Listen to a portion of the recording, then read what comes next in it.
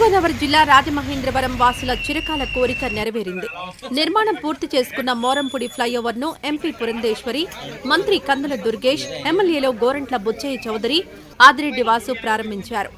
Morampudi junction వద్ద 16వ number జాతీయ రహదారిపై ప్రమాదాల నివారణ, ట్రాఫిక్ రద్దీ క్రమబద్దీకరించేందుకు పై వంతెన నిర్మాణం చేపట్టారు. జాతీయ రహదారుల నిర్మాణ సంస్థ NHAI ఆధ్వర్యంలో పూర్వపు ఉభయ గోదావరి జిల్లాలోని మోరంపూడి, జొన్నాడ, ఉండ్రాజవరం, తేతలి, కైకవరం వద్ద 5 పై వంతెనల నిర్మాణం చేపట్టారు. 120 కోట్ల రూపాయలతో చేపట్టిన ఈ పై వంతెనల్లో మోరంపూడి పై వంతెన పూర్తి చేశారు. సృష్టి కాంట్రాక్ట్ సంస్థ ఈ పై వంతెన నిర్మాణం 2023 నవంబర్లో ప్రారంభించి పూర్తి చేసింది. మిగతా 5 కూడా పూర్తి చేసి కేంద్ర ఉపరితల రవాణా మంత్రి నితిన్ గడ్కరీతో ప్రారంభిస్తామని ఎంపీ పురంధేశ్వరి చెప్పారు.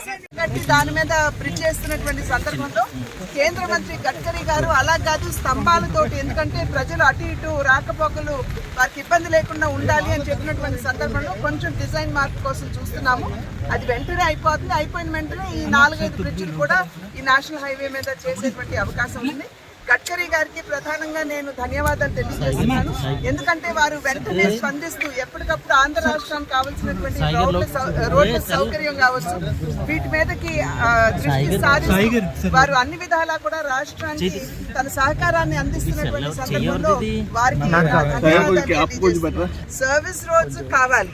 సర్వీస్ రోడ్స్ అవ్వాలి అని అంటే ఈ ట్రాఫిక్ డైవర్షన్ అనేది కావాలి. కనుక వెంటనే ఇక్కడ బ్రిడ్జ్ మీదుగా ట్రాఫిక్ డైవర్ట్ చేస్తూ సర్వీస్ రోడ్స్ చేసుకుంటాం. ఆ సర్వీస్ రోడ్స్ కూడా అయిపోయిన తర్వాత పెద్ద స్థాయిలో ఖచ్చితంగా గడ్కరీ గారు వచ్చి దీన్ని ఇనాగ్రేట్ చేస్తారు. రాజమహేంద్రవరం వాసుల చిరకాల కోరిక అయిన మోరంపూడి పై వంతెన పూర్తి చేయడం సంతోషించదగ్గ విషయమని మంత్రి కందుల దుర్గేష్ చెప్పారు.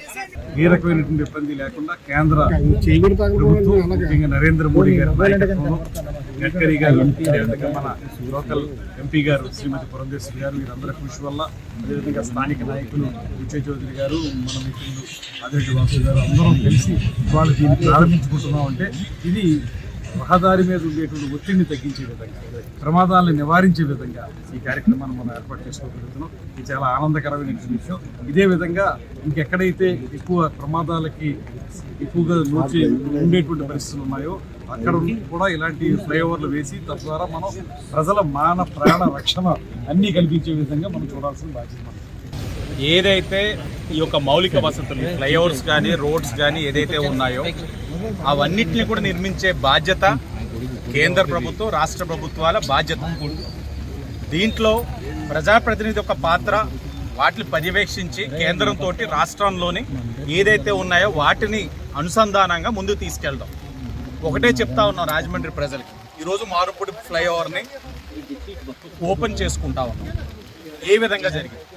గత 5 సంవత్సరాలు ఒక ఇటుక పడిన, ఒక కాంక్రీట్ వర్క్ జరిగిన, ఒక పిల్లర్ పెట్టినా ఏ విధంగా జరిగింది?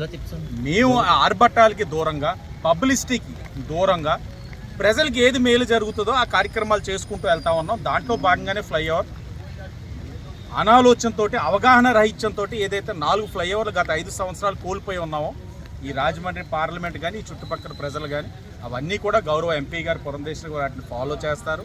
గతంలోనే మురళీమోహన్ గారు ఎంపీగా ఉన్నప్పుడే 14-19 మధ్యన ప్రాజెక్టు మొత్తం కూడా గ్రామీణ దగ్గర నుంచి దివాన్ చెరువు దగ్గర 5 బిడ్డలు శాంక్షన్ అయినాయి.